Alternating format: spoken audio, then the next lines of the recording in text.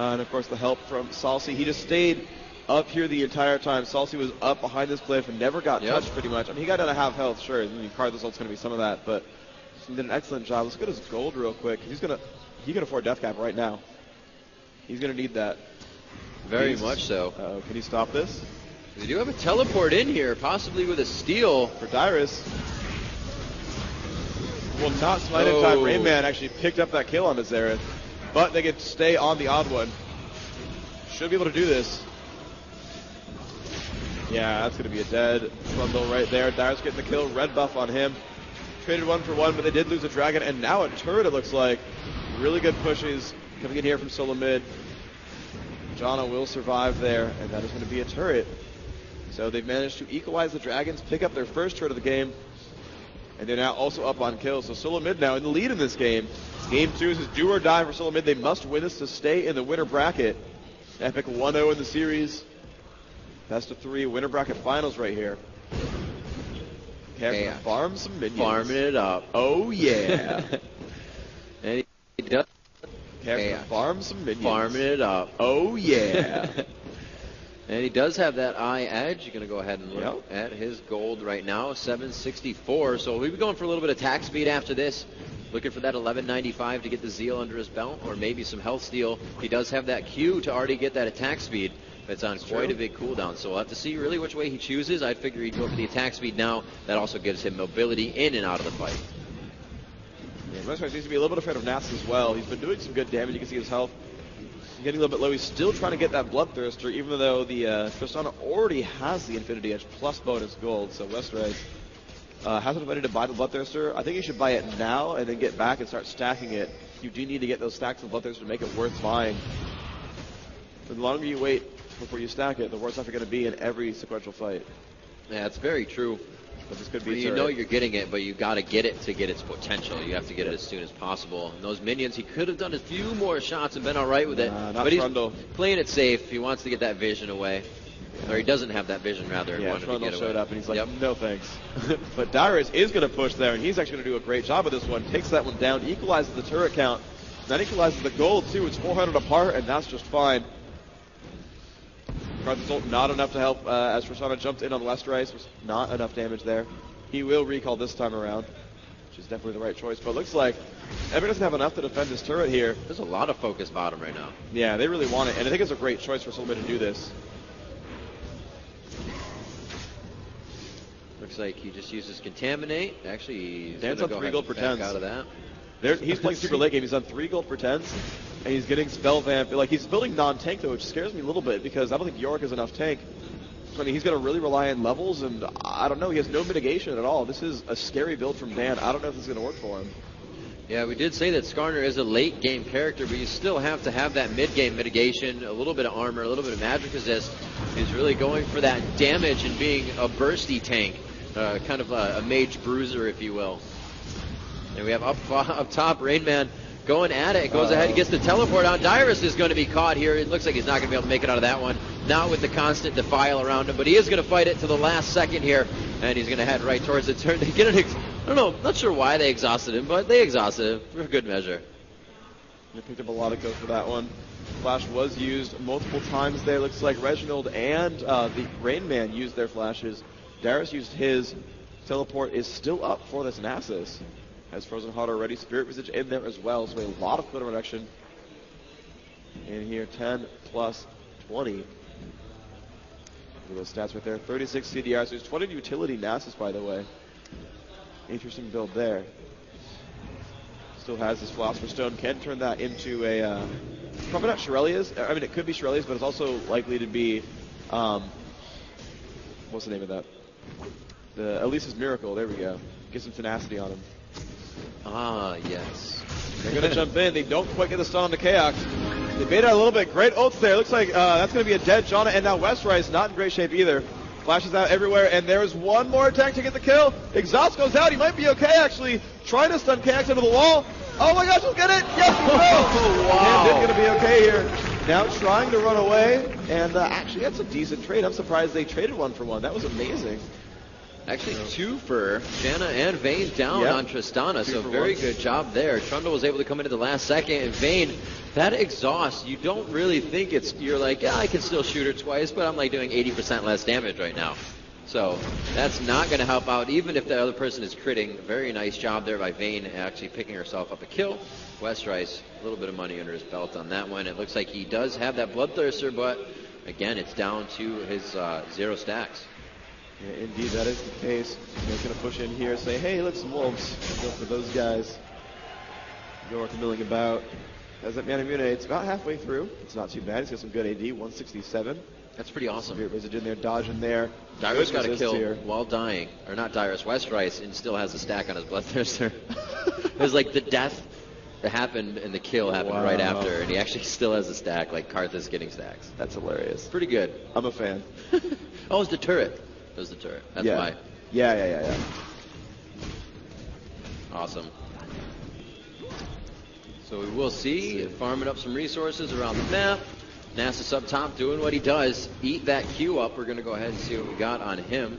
It is going to be Siphon Strike at 366 additional physical damage. It's definitely extremely good at that point. That's a punch in the mouth with someone's foot. Oh, yeah. 2.5 second cooldown on that Q is hitting hard. He's getting himself farmed up quite nicely. Trundle's still in mid with his Karthus. Will not quite push on the Xerath just yet. Has the Death Cap and cooldown boots. Smart choice there. Probably, I don't know if it's going to be Void Staff or Spell Vamp next. Though Dan getting the aura there that will the Ancient's going to be helpful there. 2 gold pretends onto this Janna. And actually I think they're out gold pretending the enemy team. Yeah. So they can stay up in gold because of those. Actually going for a fast Baron. They saw 2 or bottom and they teleport Yorick in. They're going for it. This could be a pretty big deal for Epic if they can make this happen. They're going to push back there. They have not found anyone to kill though, unfortunately. If they had gotten a Flash Skarner ult, but Flash is still down, that could have been a free kill. Salsy forced to flash. Karthus ulti coming out. Oh, wow. That was hard. A lot of damage. Westrice and both Nutwin is just taking a little bit too much damage from that, so they have to be very careful in the fight. It seems that Reginald is doing that, more often than not. Usually a Karthus player will always wait for that, wait to go zombie, and then use their ultimate. They're really using it as an initiator. You know what? If we do enough damage, we can throw them out of this fight instantly. Let's do the ulti. Nobody has a Banshee fail. Here's the initiation. Flashes over the wall. They jump onto him. That means Tristana has another jump cooldown. She jumps again and is able to almost pick up a second one and a jump again as he's just checkering across the board. Chaos helping his team to pick up kills. 2 for nothing and the Baron grab. And that all started with Reginald's ulti. Yep. Reginald got some significant damage out there. Salty tried to take the Baron, was too late there. Splash over the wall, a lot of damage if it came in there, and that was just Nasus just choking his health down, picking up that kill, picking up another one, someone else out of position, and now you're going to lose an inhibitor. You got 10 seconds to your respawn. TSM could try to keep pushing if they want to, but bottom looks tasty. There's 2 turrets to grab there. There's a blue buff and a dragon to steal. Those seem like much better options at this point. They can always push a little bit later. So they can grab the buffs now, and they can keep doing it. And yep, Reginald going to get himself a new golem. Not bad at all. So very good pressure there by TSM. This isn't the point in the game where you can be relaxed and you can say, okay, we got that. That's the point in the game where you say, yes, we're up, let's keep this going. You don't let anything go. So we're going to have to see what they do here.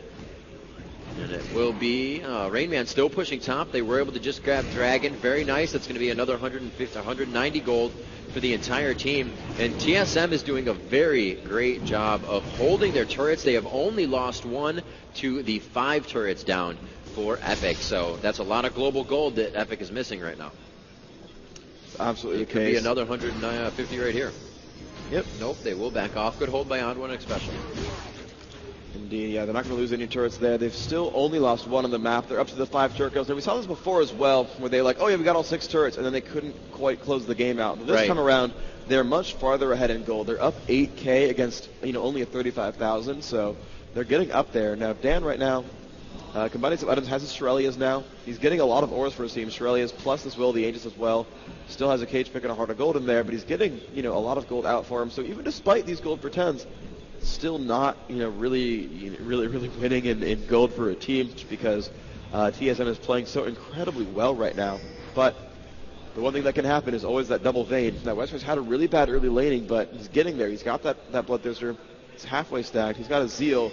He's going towards that Phantom Dancer. He's going to be a threat soon. He's not bad right now, but he could be a lot better. You look over at what Kaox is doing, and he's like, oh, hi, yeah.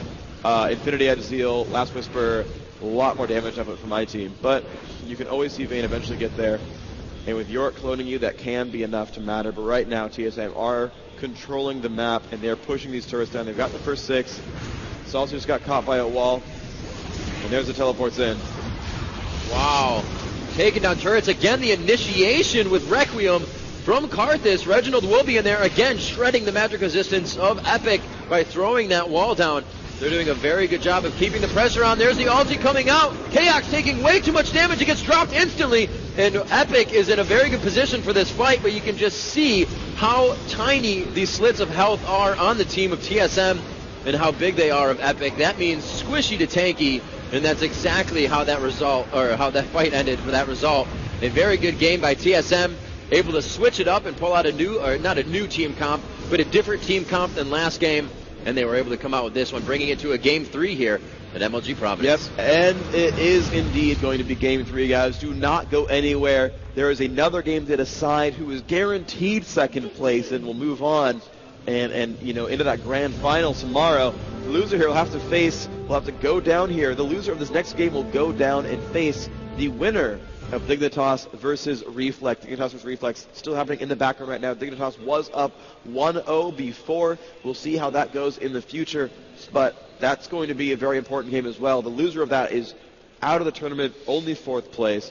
You don't really want to be there in 4th place. You want to be in 1st place, right? And winning games will make that happen. Thank you, John Madden.